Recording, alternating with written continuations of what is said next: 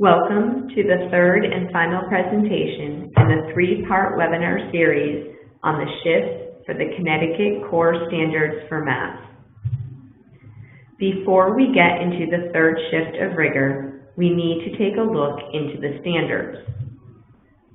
The Connecticut Core Standards include both the content standards and the practice standards.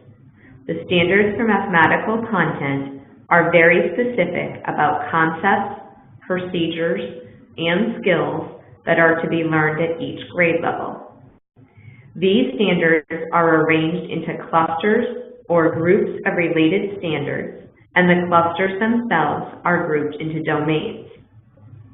The standards for mathematical practice do not change from kindergarten to high school. These standards describe behaviors such as reasoning, communication, making arguments, and modeling that demonstrate students are mathematically proficient.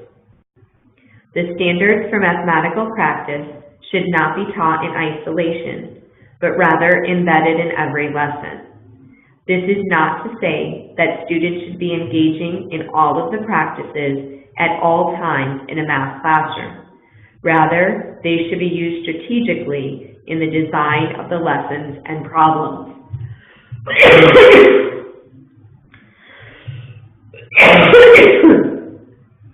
Taking a closer look at the organization of the standards for mathematical practice, it can be seen that there are two overarching practices.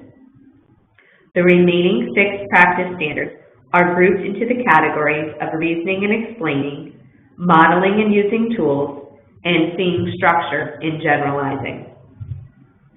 The standards for math practice and the standards for math content lead to the 3 instructional shifts required by the Connecticut Core Standards.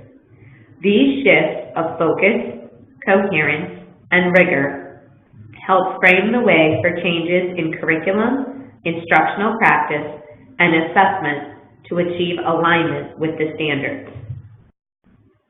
The remaining part of this webinar will dive into the third shift of rigor. Rigor refers to deep, authentic command of mathematical concepts, not making math harder or introducing topics at earlier grades. Although rigor is a term used a lot in education, there is a very precise definition of rigor in the Connecticut Core Standards. In the context of the standards, rigor means pursuing conceptual understanding, procedural skill and fluency, and application as they are called for in the standards. It is about the depth of what is expected in the standards and also about what one should expect to see in instruction. Rigor in the Connecticut Core Standards speaks to the balance of the 3 components of conceptual understanding, procedural skill and fluency, and application. This doesn't mean that it's an equal amount of time in each lesson, but equal over the course of the year. In order to get a thorough understanding of rigor as it relates to the standards, we will examine each of these 3 areas, beginning with conceptual understanding.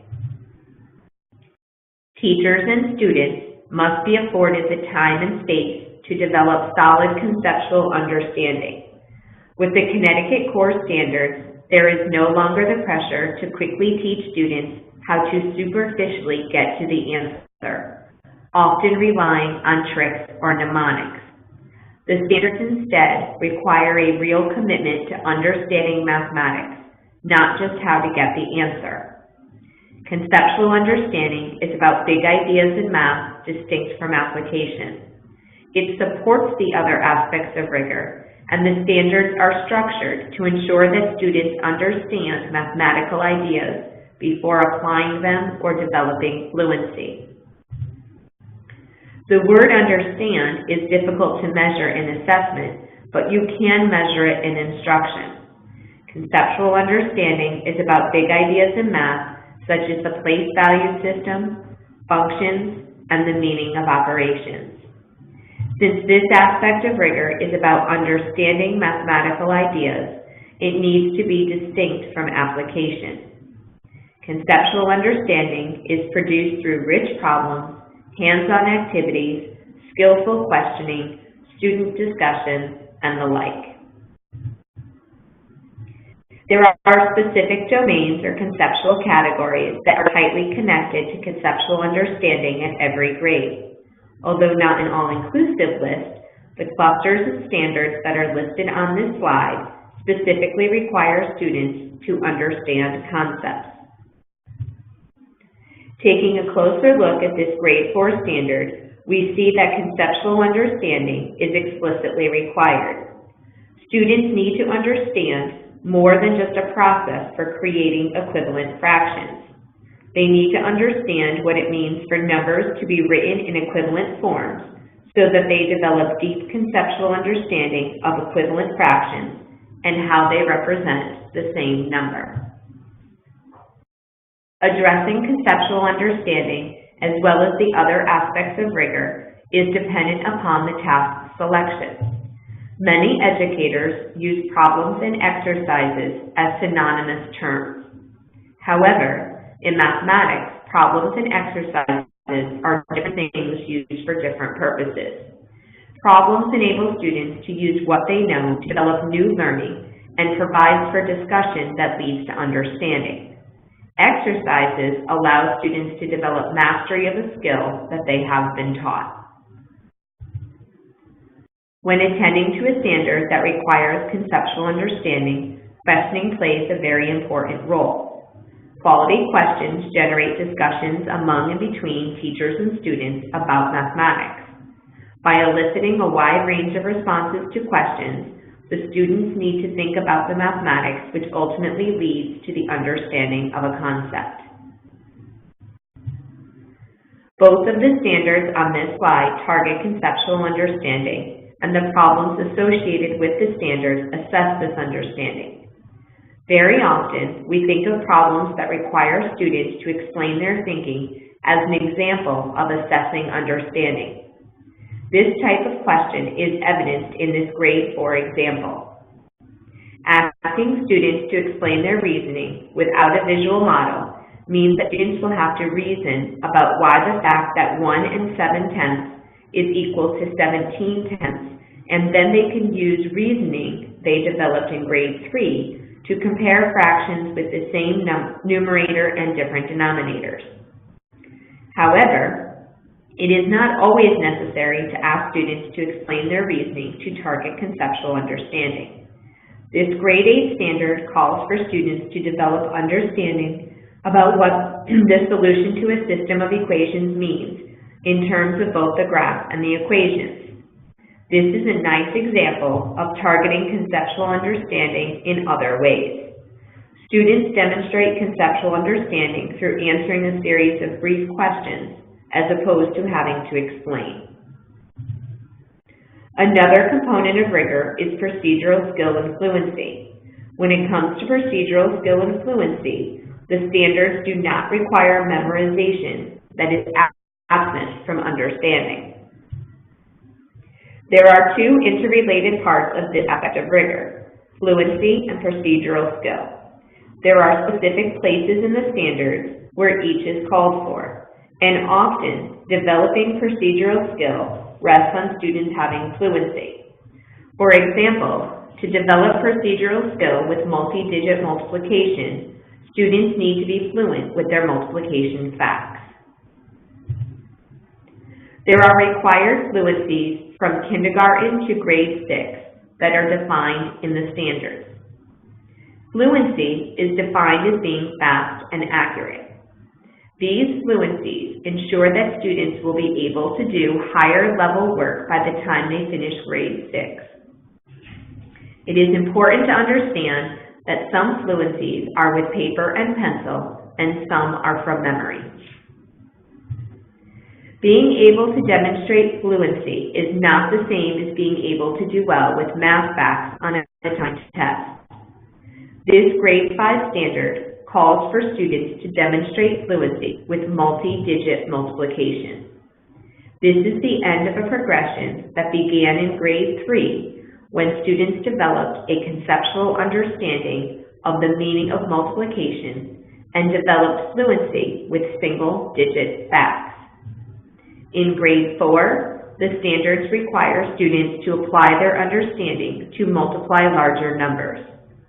This progression to fluency culminates in grade 5 with this standard. The exercises that are on this slide show how a student would be able to demonstrate fluency. By providing students with a variety of strategies to solve problems, they are able to make connections and therefore increase their fluency with calculations. Often, we only think of fluency practice as time tests. However, just doing time tests doesn't allow students to develop fluency. Developing fluency takes time and attention in classroom, and this practice can take on a variety of forms depending on the grade level and the needs of the learners. Providing students with different forms of repeated practice is crucial for the attainment of fluency. Although no fluencies are specifically stated at the high school level, there are several standards from the widely applicable prerequisites that was discussed in the first webinar on focus that relate to procedural skill and fluency. This slide denotes some of those standards. As conceptual understanding continues to develop, students begin to increase their fluency. Taking a look at the traditional pathway for high school courses, the fluencies that develop in each course can be identified. Algebra 2 is an example of fluency with structure. More specifically, there are a variety of forms that can be used to represent a quadratic equation. Depending on the form, certain important components of the graph may be more easily recognized. Developing fluencies with seeing these structures is very beneficial to the understanding and application of quadratics. As mentioned previously, the balance of the components of rigor is the goal. To highlight this balance, please pause this webinar and locate Rigor Activity 1. Review the chapter outline from grade 4 and look for evidence of the interplay of conceptual understanding and procedural skill and fluency. Once you have done this, please resume the webinar. You can see from the titles that there is work in this chapter that includes both developing conceptual understanding, such as building from grade 3 area models and arrays, and procedural skill, where students will be able to apply this understanding to practicing procedural skill. Although the grade 4 standards do not require fluency with multi-digit multiplication, this shows how the work of grade 4 is to move students towards fluency by incorporating both understanding and skill. The final component of rigor is application. Application is typically thought of as real-world problems. However, application goes beyond just a word problem. Application is about exposing students to everyday situations that require mathematics. Application problems allow students to use both conceptual understanding and procedural skill in real-world situations. It is important that these are relevant to the lives of the students and therefore look different depending upon the grade level. Similar to the two other components of rigor, clusters and standards that speak to application are evident in the language. This is an example of a grade 2 cluster that calls for students to solve application problems with addition and subtraction. The problem that addresses a standard in this cluster is relevant to a grade 2 student, is from a real-life situation, and requires students to use their conceptual understanding and procedural skill of addition and subtraction to solve. While the previous example was a multi-step problem, it is important to note that not all application problems require this.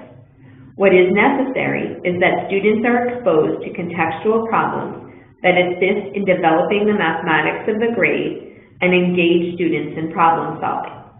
Looking at the example on the left of this slide, we see two word problems. While these problems may be relevant to students, they are not application problems.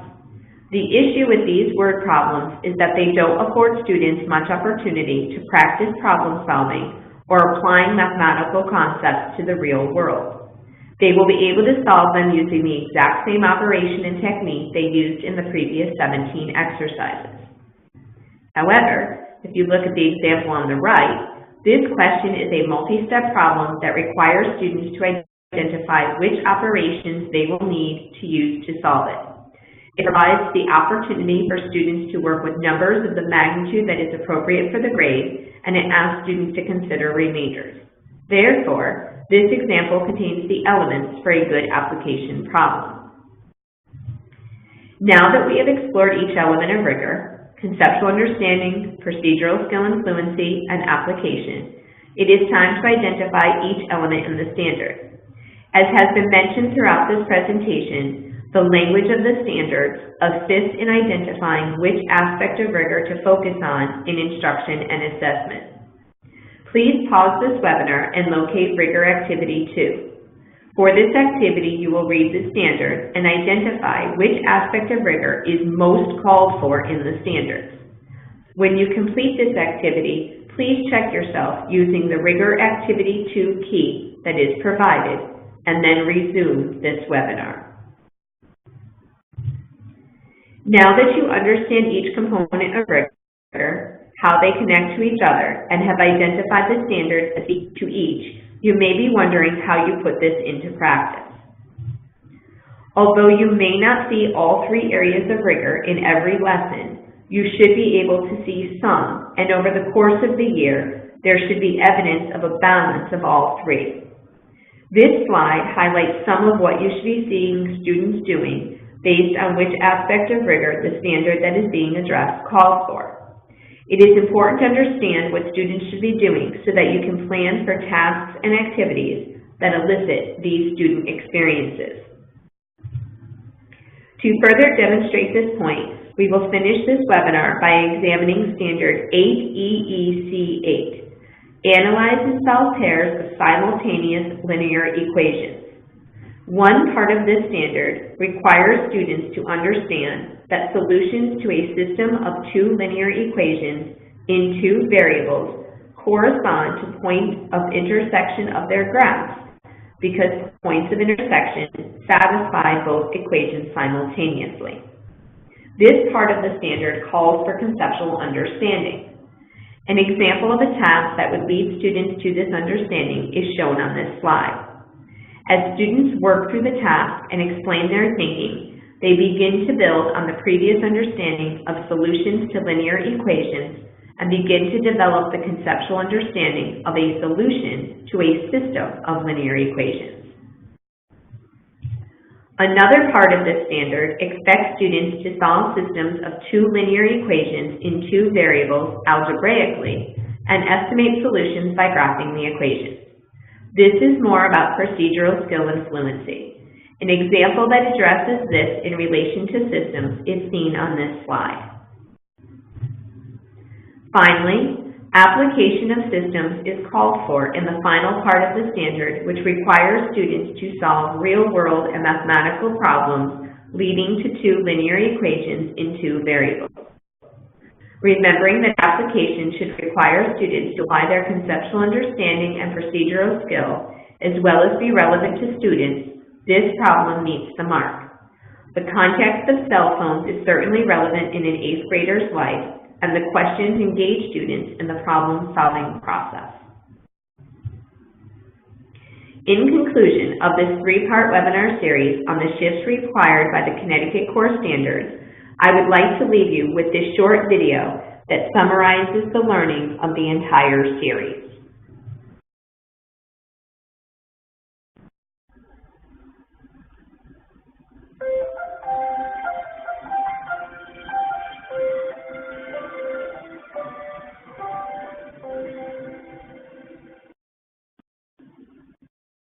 The Common Core Standards are a challenging set of expectations for higher math performance. They call for conceptual understanding, procedural skill and fluency, and problem solving. In the content standards, there is a high cognitive demand for reasoning and sense making and justifying, and the standards ask that the content and the skills be connected in the mathematical practices. To meet these expectations, the shifts that we're talking about are toward greater focus and greater coherence. Focus means doing fewer things at any given time and giving kids time they need to master those things so they have a foundation upon which to build. Coherence means following the progressions of ideas and skills as they unfold across the grades. And with greater clarity in these expectations, we can get to a foundation for practical applications and college and career readiness.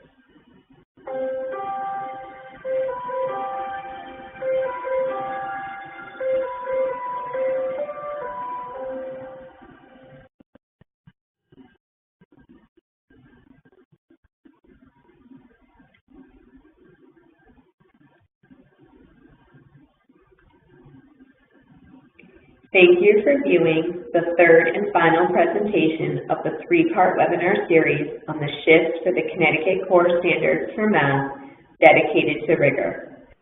The entire series is available on our website. If you have any remaining questions, please feel free to contact me. Have a good day.